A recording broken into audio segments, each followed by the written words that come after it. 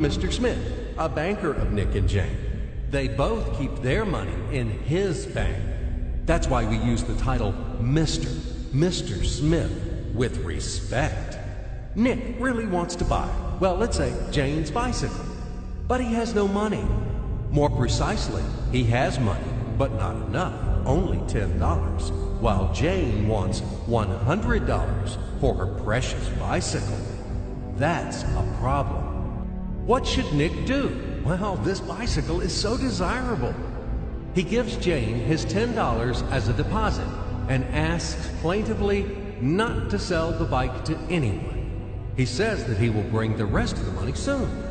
At the same time, he runs to his bank, to the respected Mr. Smith, to get a loan for the missing $90.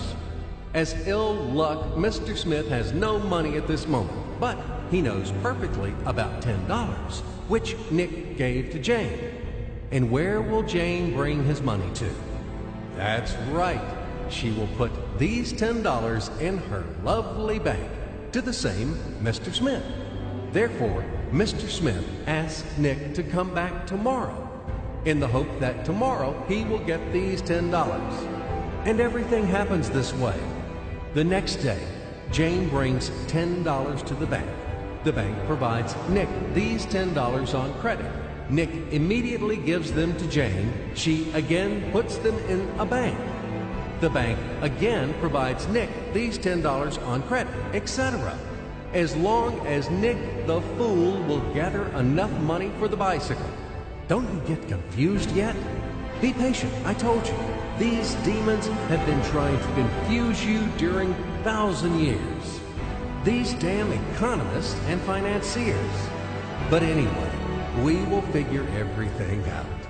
So what do we have in the end? Nick finally got the bike from Jane. Wow! But at the same time, Nick owes $90 to the bank, Mr. Smith. And the bank, in its turn, owes $100 to Jane. In other words, those $10, which existed initially, have magically turned into $200, $190 of debts plus real $10. But these $10 would also turn into $1,000, even in a million or a billion, if Nick would make a more expensive purchase. In this case, our $10 would make the increasing number of its cycles, circuits from hands to hands. That's it. So, what happens in today's world? SOS!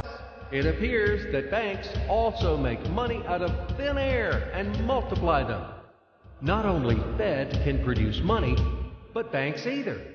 In short, everybody can do this, except you and me. We are not in the business at this celebration of life. I would like to print or draw some money as well. In fact, these banks multiply money without any control. And we're still wondering why the banker lives better. What are naive fools are we? Now it is clear why. The one who produces the money, of course, lives better. But this is not enough.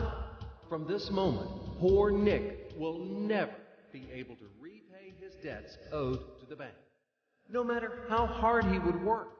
Silly Nick doesn't know it yet, that he's in slavery to the bank, in credit bondage forever, because those $90 which he owes to Mr. Smith do not exist in nature at all.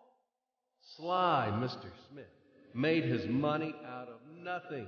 He created them out of thin air, just one click.